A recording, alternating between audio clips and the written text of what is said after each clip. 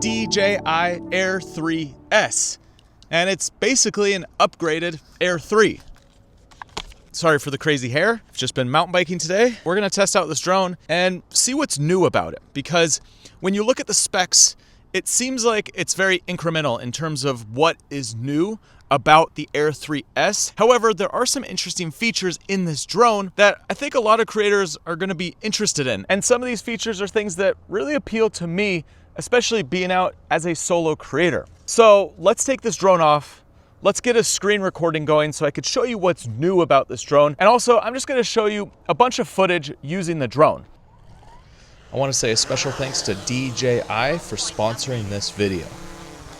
All right, let's create a sync point. Now we can do this together. If you wanna know how you record audio in a drone, that's how. So this is just the main screen, and if you've flown the Air 3, it's all gonna look pretty similar. You have your wide camera and you have your telephoto camera. And that's the one thing that makes this drone so unique, is that you do have these two cameras. Now the big difference with the Air 3S is when we flip to that wide camera, it's now a 1-inch sensor. So it's a better quality camera than originally the 1 and 1.3 inch sensor. Now the zoomed in 70mm camera is still the same 1 and 1.3 inch sensor. So it's just an upgraded wider camera, which is gonna be better for photography. And also you're just gonna get some better low light footage because this camera is an f1.8 versus the f2.8 that's on the 70mm. Now, let me show you something that's kind of cool with this drone. So if we go over to our settings and we go to slow motion, we now have 120 frames per second in 4K. The original Air 3 only had 100. So just a little bit better slow motion. Let's come over here and let's do a quick slow-mo shot.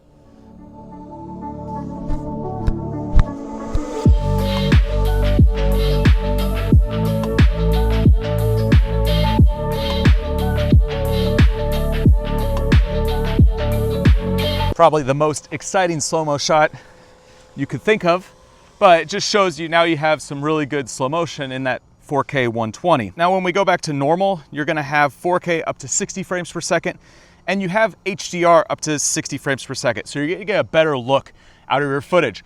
DJI says that you get 14 stops of dynamic range out of this drone. And with this drone, you're getting 10-bit 420 footage, whether you're shooting in the normal mode or you're shooting in the D-Log mode. Now, a lot of what I like to shoot is in the D-Log. So if we go to the upper right-hand corner, go over to camera, you'll see you have 3 color settings, normal and D-Log. Let me just show you a quick difference between the two. So this is now in normal mode, and we're gonna do a shot around us. I'm gonna do an orbit by pulling right on the right joystick while pulling left on the left joystick. And I'm gonna go up a little bit. And this is shooting on the wide 1-inch camera. So let's stop that recording. Let's now go over to D-Log and turn off color display assist. And I'm just shooting in auto. You can see in the lower right-hand corner, it's all in auto. And I'm gonna do that same movement.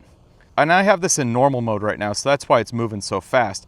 But you could obviously slow this down and put it into cine mode if you wanted a slower movement. But I think this is kind of cool for one of these big orbit helix style motions. I started with an orbit around and then helixed up at the end by pushing up on the left joystick. So you can really see the difference between shooting normal and D-Log, and then with that 10-bit, you can color grade this footage and make it look really good. And that's why I prefer to use D-Log when I'm out filming.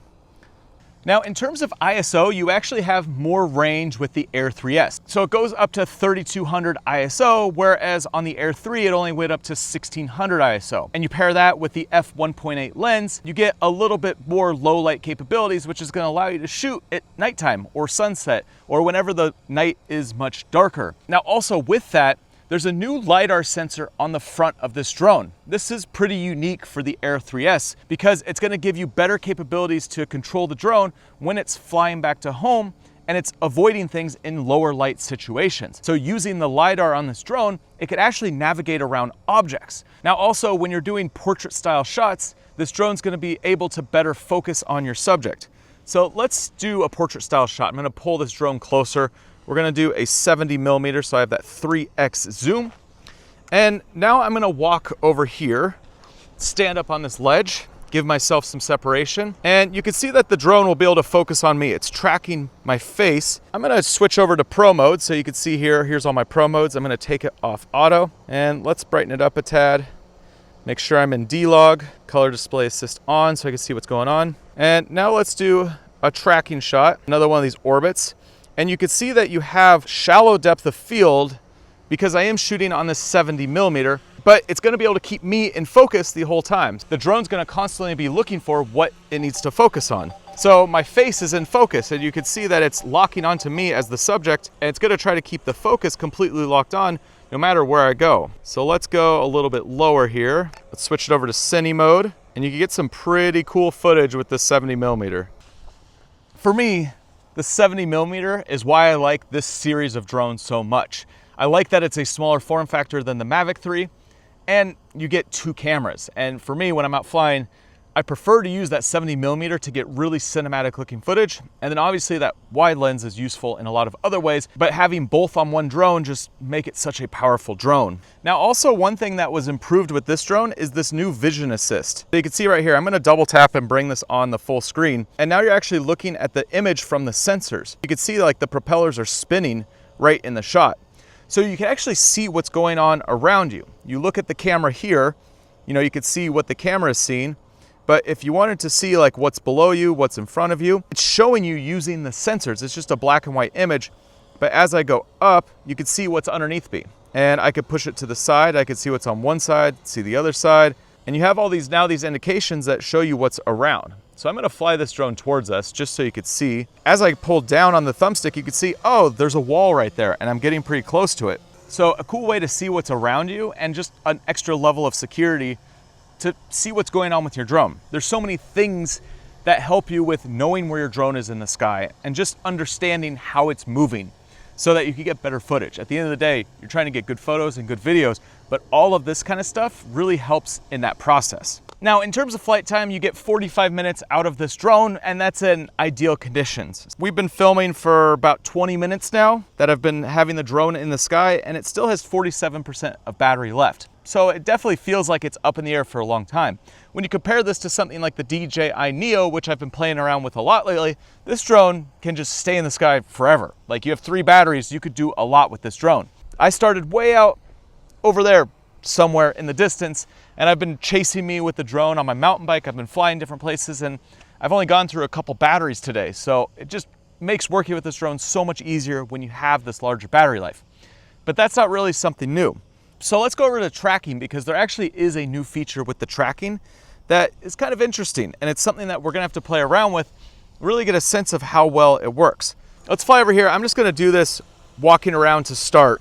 You could do the traditional active tracker point of interest, or you could click your trace wheel on the side here, and you could do these different movements. So if I want the drone to go close to me and go behind me, I could do that with this arcing motion, and the drone's gonna automatically make this movement. So it's gonna be swinging around from far to near. And it's kind of like an automated tracking motion. Now that's not really new, but now there's this auto feature. So I could click auto, and let's turn on the tracking.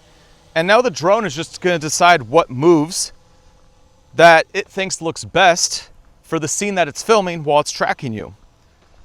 So we're just gonna wander around. I'm gonna hike around this peak here, and we're just gonna see what kind of moves that it does. Right now it's on a hold. Now it's gonna do a helix around, and at the top of the screen, it gives you this indication of what kind of moves it's doing. Now it's holding. It's just tracking me from the front now. I'm gonna stand up here, and let's see what happens when I stop. It's gonna do a droney. So it's analyzing the scene, and it picks what it thinks looks best for the scene that it's flying. Now it's gonna do a helix. And it's gonna hold. And let's stop that track. So let's cut that together. So here's a little sequence of shots. This is all using the wide 1-inch sensor camera. And you can see how it's tracking and giving us these different shots as I'm walking down this trail and then running back and then circling around.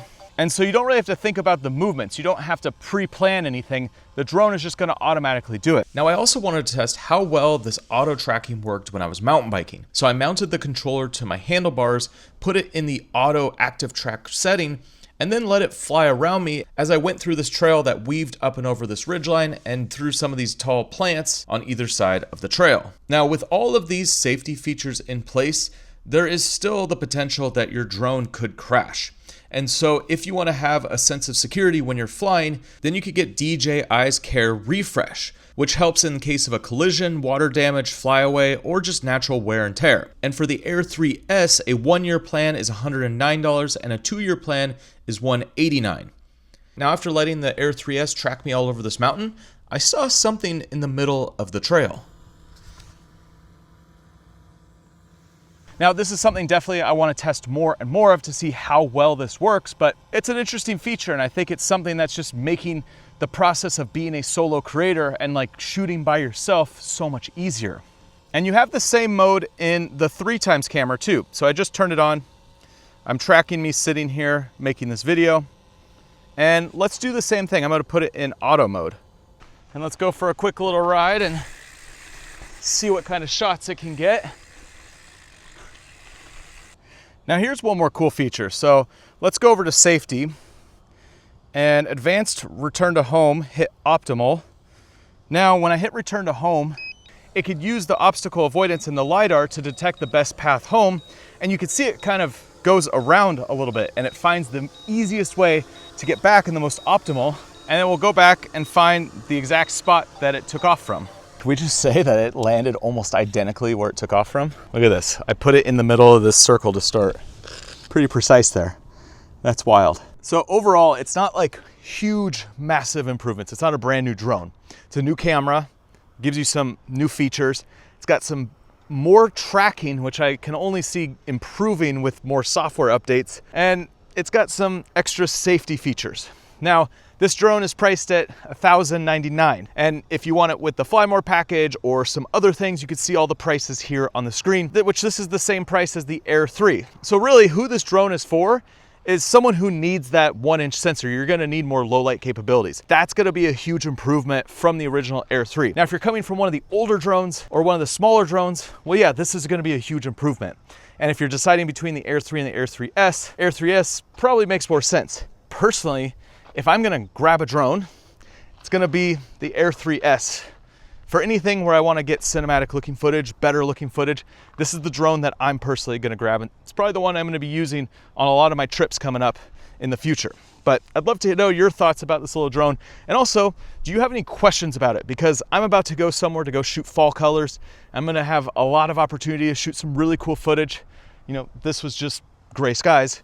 But I'm gonna test out more with this drone, really test out the image and all of that. So if you have any questions about this drone, I'll do a follow-up video and we'll talk about it. And so just let me know down in the comments what questions you have. And make sure you're subscribed. If you're someone who wants to make outdoor adventure style videos and you want to vlog, well, that's what I teach on this channel. Also, down below in the description, I have a set of drone move cards that you can download for free right now that give you some ideas of ways to fly the drone in the sky to get awesome looking footage. So that's down below in the description. But next, you should check out this video right here, which is a guide on how to make adventure style videos, especially if you are a solo creator out making content by yourself. I'll see you over there.